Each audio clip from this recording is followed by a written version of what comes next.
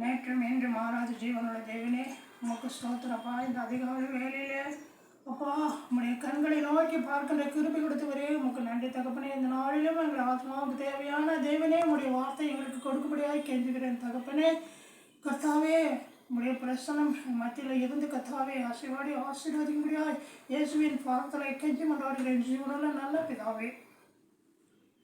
வேதத்திலிருந்து ஒரு வசனத்தை வாசித்து தியானித்து நாம் ஜெபத்திற்கு அடுத்து சொல்வோம். யோவான் 1ஆம் அதிகாரம் 1வது வசனம். ஆதியிலே வார்த்தை இருந்தது, அந்த வார்த்தை தேவனாய் இருந்தது, அந்த வார்த்தை தேவனிடத்தில் இருந்தது. நாம் இந்த உலகத்தில் நாம் ஆசீர்வாதமாக இருக்க வேண்டும் என்றால் ஆண்டவருடைய வார்த்தைக்கு நாம் கீழ்ப்படிந்து நடக்க வேண்டும். ஆண்டவருடைய வார்த்தையை தினந்தோறும் வாசிக்கணும். அவருடைய வார்த்தைக்கு நம்ம கீழ்ப்படிந்து நடக்கணும்.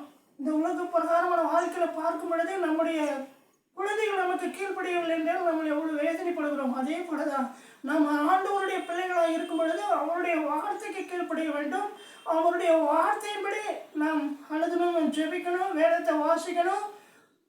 பரிசுத்தமாக வாழுவதற்கு நாம் முயற்சி செய்ய வேண்டும். பரிசுத்தம் ஒன்று தான் ஆண்டவருடைய பிள்ளையாக ஜீவிக்க வைக்கும். பரிசுத்தம் இல்லாத வாழ்வோமே ஆனால் நிச்சயமாக நாம் ஆண்டவருடைய பிள்ளைகளாக ஜீவிக்கவே முடியாது. ஆனால் ஆண்டவர் இந்த நாளிலும் அருமையான வேத வசனத்தை நமக்கு கொடுத்திருக்கிறார். அதற்காக ஆண்டவருக்கு ஸ்தோத்திரத்தை ஏறெடுக்கிறேன். உந்தன் வார்த்தை எந்தன் வாழ்வில் போதுமே, உந்தன் வார்த்தை எந்தன் வாழ்வில் ஜீவனே. அனுதினமும் ஆண்டவருடைய பாடலை பாடி பாடி அவரை நாம் மகிமைப்படுத்த வேண்டும். இந்த நாளிலும் தேசத்துக்காக, ஊழியர்களுக்காக, வியாதிகளை அவதிப்படுகிற மக்களுக்காக ஆண்டவர் பாதத்தில் ஜெபிக்க விரும்புகின்றேன். ஆண்டவர் இந்த ஜெபத்தை அங்கீகரிப்பார், ஆசீர்வதிப்பார். ஜெபத்தை பார்க்கிற கேட்கிற ஒவ்வொரு குடும்பத்தையும் ஆசீர்வதிப்பார். வியாதியிலிருந்து விடுதலை கொடுப்பார். குடும்ப கஷ்டங்களிலிருந்து நீக்குவார். விசுவாசின் படிகளிலிருந்து விடுதலையாக்குவார். கர்த்தாவே இந்த வேத வார்த்தை ஒவ்வொரு உள்ளத்திலும் தேவனே பதிய செய்யும்படியாய் உம்மிடத்தில் கெஞ்சுகிறேன் தகப்பனே. கர்த்தாவே அப்பா, இந்த அதிகாலை ஜெபத்துக்கு எவ்வளவு வல்லமை இருக்கிறது என்பதே அப்பா இதை பார்க்கிற ஒவ்வொரு மக்களும் உணர்வுடைய சாமி. கர்த்தாவே ஜெபம் இல்லை என்றால் இந்த உலகத்திலே நாங்கள் சந்தோஷமாய் வாழவே முடியாது ராஜா. கர்த்தாவே தேவனே அனுதினமும் அப்பா எங்களுடைய இதயமாய் ஆலயத்திலே துதியின் சத்தம் கேட்டுக்கொண்டே இருக்க வேண்டும் சுவாமி. அதே போல ஜெபத்துனை கேட்கணும். எங்களுடைய இருதயமாய் ஆலயத்தில் எப்பொழுதும் ஜெபத்துவன் எரிந்து கொண்டே இருக்க வேண்டும் சுவாமி. அந்த ஜெப தூபத்தை பரலோகத்தில் வைத்திருக்கிற நீர் உடைய கண்கள் பார்த்து மனமகிழ்ச்சி அடைய வேண்டும் தகப்பனே. அவிதமாய் தேவனே ஒவ்வொரு குடும்பங்களையும் ஆசீர்வதிக்க முடியாது கெஞ்சுகிறேன் தகப்பனே. இந்த வேளையிலும் அப்பா இந்திய தேசத்தில் எத்தனையோ மக்கள் கொடிய வியாதிகளை அவதிப்பட்டு கொண்டிருக்கிறார் சுவாமி.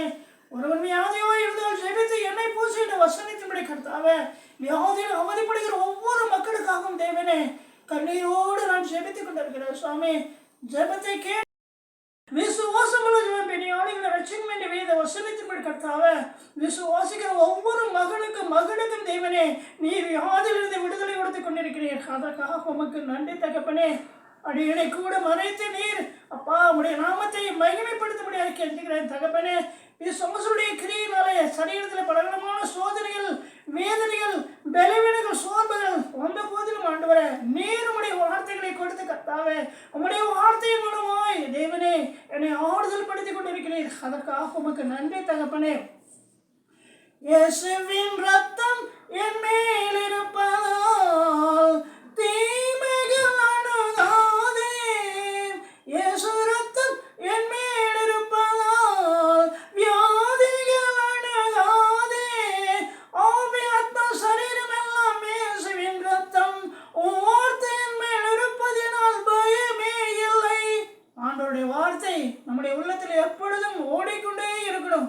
நம்முடைய உடம்புலே ரத்தம் ஓடவில்லை என்றால் மரணம் சந்திக்கும். அதே பொழுது ஆண்டவருடைய வார்த்தை நம்முடைய உள்ளத்தில் 24 மணி நேரம் ஓடிக்கொண்டே இருக்கணும். ஆவிக்குரிய சிந்தனை, ஆவிக்குரிய யோசனை, ஆவிக்குரிய செயல்கள் உடையவராய் இந்த பூமியில வாழ வேண்டும். உலக வாழ்க்கை நிலையற்றது. இந்த உலகத்தில் காணுகின்ற சந்தோஷம் நிலையற்றது. நிலையான வாழ்க்கை நித்திய ராஜ்யத்தில் இருக்கிறது.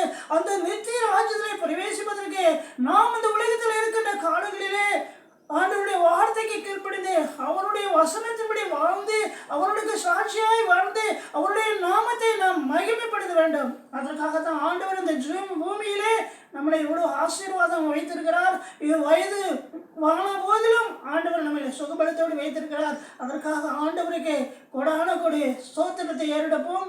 கர்த்தாவே, இந்த வேலையிலே அப்பா இந்த ஜெபத்தை நீர் ஆசீர்வதிப்பதற்காக எமக்கு நன்றி தகப்பனே. கர்த்தாவே, என் தெய்வமே, நீர் ஆசீர்வதிப்பேன் என்று வேத வசனத்தின்படி கர்த்தாவே எல்லா குடும்பங்களையும் ஆசீர்வதித்து கர்த்தாவே உடைய ரகசிய வரைக்கு தேவனே எல்லா குடும்பங்களையும் தேவனே ஆயத்தப்படுத்தும்படியாய் கர்த்தாவே தாழ்த்தி உடைய கருத்தில் ஒப்புவிக்கிறேன்.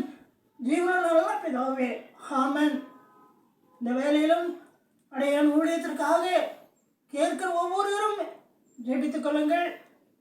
ஊழியத்தை தாங்கும்படியாக உங்களுடைய அன்போடு கேட்டுக்கொண்டு இந்த சிறிய ஜெபத்தை இருந்து விடைபெறுகின்றேன். கர்த்தருக்கு நன்றி செலுத்துகிறேன். கோடி கோடி நன்றி ராஜா. ஸ்தோத்திரம் ஸ்தோத்திரம். ஹல்லேலூயா.